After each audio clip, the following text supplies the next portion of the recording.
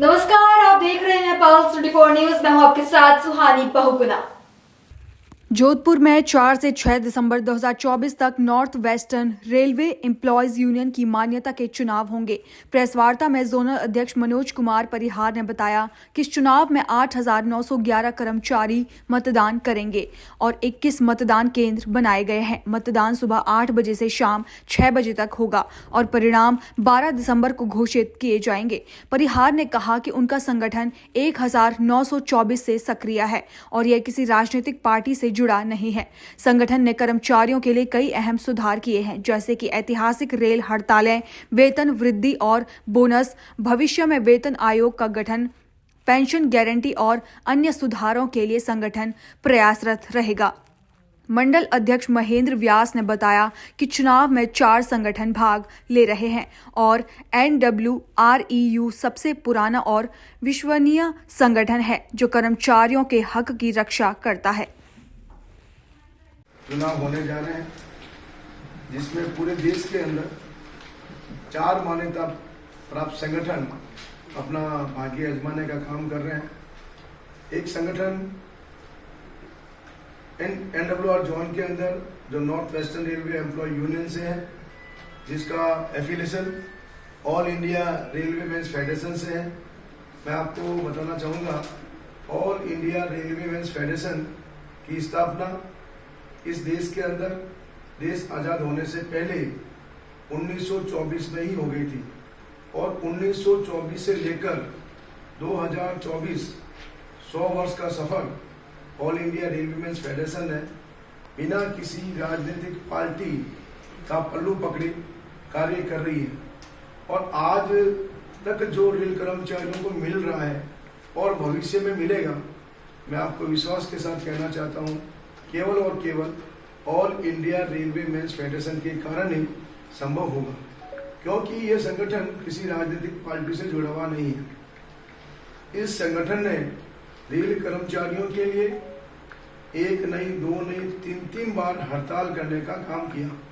1960 में हड़ताल की गई, 1968 में हड़ताल की गई और आप सभी जानते हैं 1974 की हड़ताल अपने देश की नहीं बल्कि एशिया की सबसे बड़ी हड़ताल थी, जो हड़ताल 19 दिन तक चली और उस हड़ताल की अगुवाई all India railway men's federation के तत्कालीन अध्यक्ष जॉर्ज फर्नांडिस हुआ करते थे, उनके नेतृत्व में हुई और उस हड़ताल के कारण देश का राजनीतिक वातावरण बदला, इमरजेंसी लगी और इंदिरा गांधी जैसे सशक्त प्रधानमंत्री जी को सत्ता से बाहर जाना पड़ा।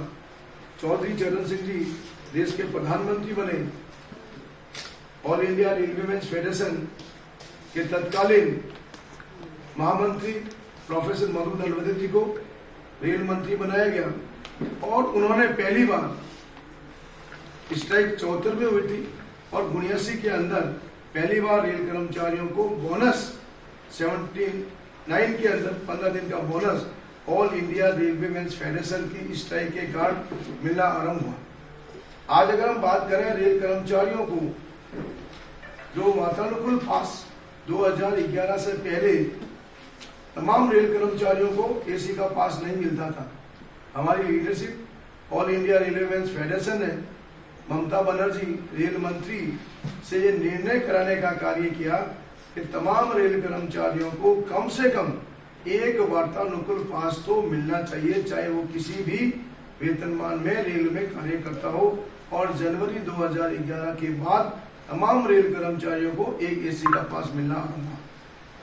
मैं आपको बताना चाहता हूं, लार्जेस्ट योजना हमारे लीडरशिप कांग्रेस शिवगोपाल मिश्रा जी ने रेल मंत्री जी को ये कहने का काम किया कि भाई 55 साल के बाद, ऐसे तो बुढ़ापा 50 के बाद झलकने लग जाता है, लेकिन 55 के बाद तो स्थिति ये हो जाती है, हमारे रनिंग के साथी, हमारे ट्रैकमैन साथी, हमारे इलेक्ट्रिक के साथी, हमारे ऑपरेटिंग के साथी अपने कार्य के अंदर वो क्षमता नहीं रख पाते जो एक युवा स्थिति में होता है।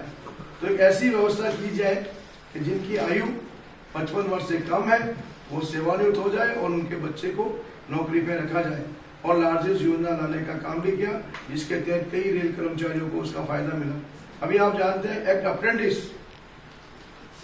के लिए रेलवे में भी आरआरसी से नियुक्ति होती थी, उनके लिए भी दौड़ होती थी। ऑल इंडिया रेलवे फेडरेशन ने कहा जब हम लिखित परीक्षा ले रहे हैं तो फिर दौड़ की आवश्यकता क्या है। 5 किलोमीटर की दौड़ होती है, कई साथी दौड़ के अंदर गिर जाते हैं, कई साथी चोटिल हो जाते हैं, तो ये व्यवस्था बदलने का काम होना चाहिए। और ऑल इंडिया रेलवे फेडरेशन ने उस दौड़ को भी खत्म करवाने का काम किया और विशेष एक्ट अप्रेंटिस साथियों के तो ऐसी व्यवस्था कराई कि उनको रिटर्न के अंदर भी छूट दिलाने का काम किया, एज रिलैक्सेशन में भी छूट दिलाने का काम किया। तो ऑल इंडिया रेलवे फेडरेशन भारतीय रेलवे के अंदर 748 कैटेगरियां हैं, उनका सामूहिक ध्यान रखते हुए निरंतर सभी कैटेगरियों को आगे बढ़ाने का काम कर रही है।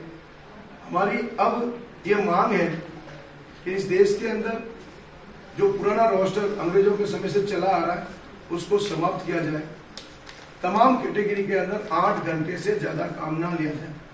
हमारे टिकट चेकिंग के साथी हैं, उनको रनिंग स्टाफ की तरह सुविधा मिलने का काम हो। हमारे ऑपरेटिंग के साथी स्टेशन मास्टर हैं, उनको रीलिंग लॉज के अंदर जाते हैं तो रीलिंग लॉज की हर जगह अच्छी सुविधा मिले। हमारे जो रनिंग के साथी हैं, तमाम कैटेगरियों के भत्ते बढ़ने का काम हुआ, लेकिन रनिंग के साथियों के किलोमीटर रिवाइज होने का काम नहीं हुआ। वो मामला भी रेलवे बोर्ड के अंदर है और हमारी लीडरशिप ने ये विश्वास दिलाया है कि इसका भी शीघ्र निपटान कराया जाएगा। जो हमारे ट्रैकमैन साथी हैं, जहाँ पर 2800 तक की दोनों के अवसर है, 4200 का रास्ता नहीं है, 4600 का रास्ता नहीं है, तो हम चुनाव के बाद में हमारा ये इशू रहेगा कि तमाम कैटेगरियों के अंदर 4200 और 4600 तक जाने का रास्ता के लिए पॉइंट्समैन के अंदर ही वर्तमान में 2 ग्रेड ही है, 1800 लेवल 1800 लेवल 1900, उसको भी 4800 और 4600 तक पहुंचाने का काम किया जाए।